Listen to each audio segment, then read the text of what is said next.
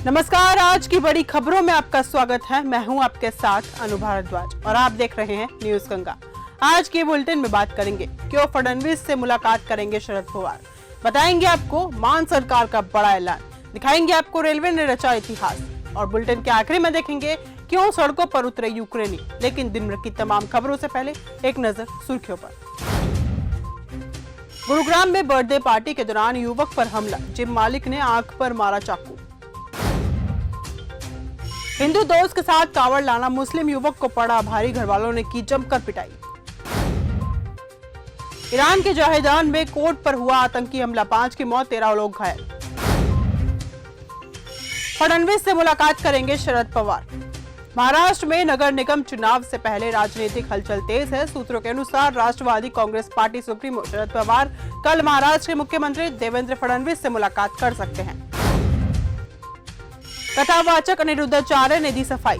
कथावाचक अनिरुद्धाचार्य अपने एक बयान की वजह से विवादों में घिरे हुए हैं। उन्होंने अपने बयान में 14 साल की लड़कियों की शादी करने के लिए कहा था। उनके इस बयान के बाद से अब काफी विवाद हुआ है। इसी बीच कथावाचक अनिरुद्धाचार्य ने अपने इस बयान को लेकर सफाई दी। उन्होंने अपने विवादित बयान को लेकर कहा कि मैंने सभी लड़कियों को लेकर बयान नहीं दिया था, वीडियो से छेड़छाड़ हुई है। भारत की सैन्य शक्ति के 2 दशक। आज से 26 साल पहले कारगिल युद्ध हुआ था। इस ऑपरेशन विजय में भारत ने जीत हासिल की थी। इसके बाद पूरे 26 साल बाद भारत ने पाकिस्तान के खिलाफ ऑपरेशन सिंदूर लॉन्च किया। इसमें भी भारत ने पाकिस्तान को करारा जवाब दिया। जहां ऑपरेशन विजय एक रक्षात्मक कार्रवाई थी, तो वहीं ऑपरेशन सिंदूर आतंकवाद के खिलाफ भारत का एक आक्रमण संदेश था। भगवंत मान सरकार का बड़ा ऐलान। सीएम भगवंत सिंह मान ने आज कहा कि पंजाब सरकार राज्य में मजबूत सेमीकंडक्टर इकोसिस्टम विकसित करने के लिए हर संभव प्रयास कर रही है। आज यहां सेमीकंडक्टर इंडस्ट्री के प्रतिनिधियों के साथ बैठक की अध्यक्षता करते हुए मुख्यमंत्री ने आधुनिक तकनीक में सेमीकंडक्टर चिप के महत्व को रेखांकित करते हुए कहा कि ये लगभग सभी इलेक्ट्रॉनिक उपकरणों का अनिवार्य हिस्सा होती है। अमेठी में लव जिहाद का केस आया सामने। उत्तर प्रदेश में योगी सरकार भले ही सख्त दिखाई दे रही हो, लेकिन लव जिहाद जैसी घटनाओं पर लगाम लगाने की लगातार भरपूर कोशिश कर रही है। लेकिन उसके बावजूद लव जिहाद जैसी घटनाएं रुकने का नाम नहीं ले रही। लालू प्रसाद की पोस्ट पर बीजेपी का तंज। बिहार विधानसभा चुनाव से पहले महागठबंधन और एनडीए गठबंधन के बीच लगातार बयानों की जंग जारी है। अब बहस इस पर भी शुरू हो गई है कि कौन किसका पसीना छुड़ा रहा है। बीती रात आरजेडी सुप्रीमो लालू प्रसाद यादव ने एक्स पर पोस्ट कर तेजस्वी यादव की तारीफ की और एक तस्वीर साझा करते हुए लिखा कि अकेले तेजस्वी ने बिहार में इनके पसीने छुड़ा रखे हैं। जम्मू कश्मीर के डोंडा में आया भूकंप। जम्मू कश्मीर में शनिवार सुबह रिएक्टर पैमाने पर 4.1 तीव्रता का भूकंप आया। इस भूकंप की वजह से अभी तक किसी भी तरह से जान माल के नुकसान की कोई खबर सामने नहीं आई है। भूकंप का केंद्र धरती के नीचे 5 किलोमीटर की गहराई में था। बीजेपी सांसद सतीश गौतम के करीबी की हत्या। अलीगढ़ में एक हफ्ते में 2 प्रॉपर्टी डीलर की गोली मारकर हत्या के मामले में एक बार फिर से अलीगढ़ पुलिस की कार्यशैली पर सवाल खड़े कर दिए हैं, जिसको लेकर हर रोज क्राइम का एक ग्राफ बढ़ता जा रहा है। वहीं अलीगढ़ पुलिस लगातार तरह तरह के खुलासे करने के बाद अपनी पीठ थपथपाती नजर आती है।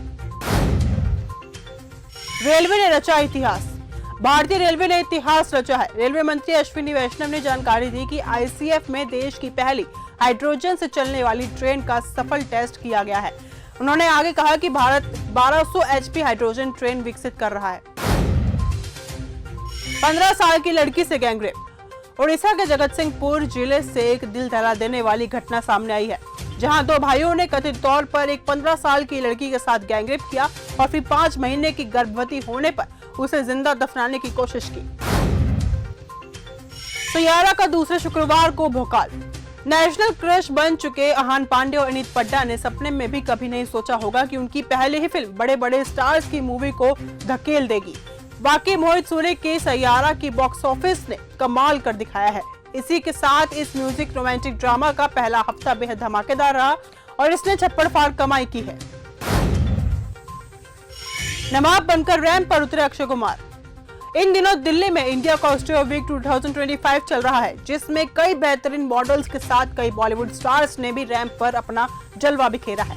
वहीं शो के तीसरे दिन बॉलीवुड के खिलाड़ी इस इवेंट में अपनी वॉक से महफिल लूटते हुए नजर आए, जो फैंस को खूब पसंद आया।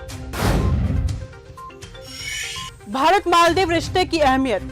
प्रधानमंत्री मोदी के हालिया मालदीव दौरे ने दोनों देशों के बीच संबंधों को और मजबूत कर दिया है।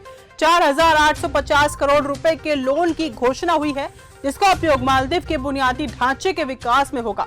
8 महत्वपूर्ण समझौते पर भी साइन हुआ है, जिसमें एफटीए पर बातचीत भी शामिल है। इजरायल की मदद कर खाली हो रहा अमेरिका। इजरायल को ईरान की मिसाइलों से बचाने के चक्कर में अमेरिका का आधा मिसाइल जखीरा खत्म हो चुका है। रिपोर्ट के मुताबिक अमेरिका को अब इन इंटरसेप्टर मिसाइलों की भरपाई करने में कम से कम 1 साल का वक्त और लगभग $2 अरब का खर्च आएगा। भ्रष्टाचार के खिलाफ सड़कों पर उतरे यूक्रेनी। यूक्रेन के राष्ट्रपति व्लादिमीर जेलेंस्की एक बार फिर से विवादों में है। इस बार वजह बना है एक नया भ्रष्टाचार विरोधी कानून, जिसे 22 जुलाई को संसद में आनन फानन में पास किया गया और उसी दिन राष्ट्रपति ने इसे मंजूरी भी दे दी। इसके बाद से राजधानी कीव समेत कई शहरों में हजारों लोग सड़कों पर उतर आए हैं। तो फिलहाल आज की इस बुलेटिन में सिर्फ इतना ही। देश और दुनिया की तमाम खबरों के साथ ऐसे ही जुड़े रहने के लिए देखते रहिए न्यूज़ गंगा। धन्यवाद।